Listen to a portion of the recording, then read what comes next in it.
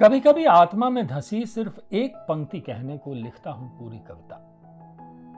ये ठीक वैसा ही है जैसे प्रेम की कौंध का एक पल पाने के लिए हमें जीना होता है पूरे का पूरा जीवन। उस एक पंक्ति के अलावा अपनी पूरी कविता के लिए मैं उसी तरह शर्मिंदा हूं जैसे मुझसे है शर्मिंदा प्रेमहीन ये बाकी जीवन। शर्मिंदा इस कविता का शीर्षक था। दुनिया के होने की आवाज ये कविता संग्रह है मेरे हाथ में। प्रदीप सैनी जी का ये संकलन है, हाल में ही आया है और इसकी कविताएं बड़े सवाल जगाती हैं। मैं अगली कविता आपको सुना रहा हूं, मुफ्त का टिकट। हम उजालों से थके हुए और अपने हल्केपन से बेजार किसी रोमांच की तलाश में भटक रहे थे। मुफ्त का टिकट लेकर हम इस अंधकार में बस एक ऐसी फिल्म देखने आ गए जिसका अंत टिकट के पीछे पहले से ही लिखा हुआ था। जिज्ञासा इतनी विकट थी कि हमने ये जान लेने में एक उम्र खपा दी कि वो अंत जो टिकट पर लिखा हुआ था और जिसे हम बीच में भूल जाते थे, हम तक कैसे पहुंचा। इस तरह मुफ्त का ये टिकट बड़ा महंगा पड़ा हमें। प्रदीप सैनी जी की कविताएं मैं आपको सुना रहा हूं। और आजाद औरतें, अगली कविता है ये कि एक प्रेमी एक आजाद औरत की आजादी पर इस कदर फिदा है कि उसे प्रेम से गुलाम बनाने का सपना देखता है। एक आजाद औरत को एक बैरागी विस्मय से देखता है और अपने जीवन भर के बैराग पर शर्मिंदा होता है।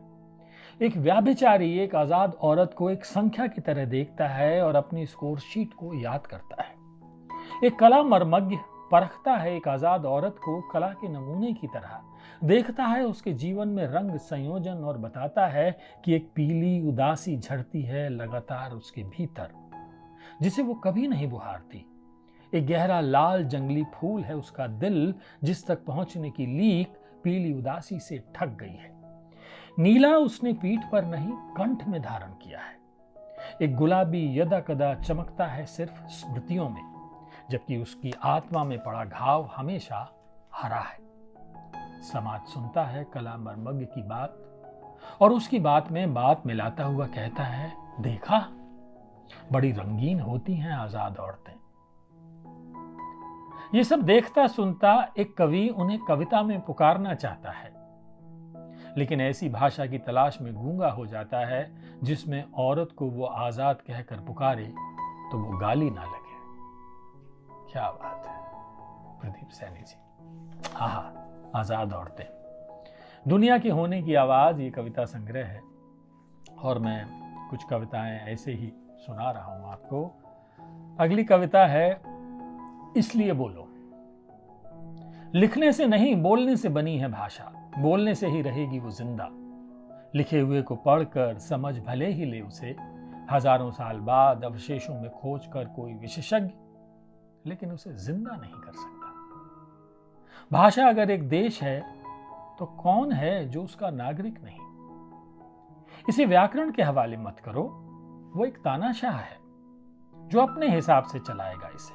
उसके सिपाही हमारे जैसे भाषा के कितने ही मूल निवासियों को अशुद्ध बताकर गोली मार देंगे।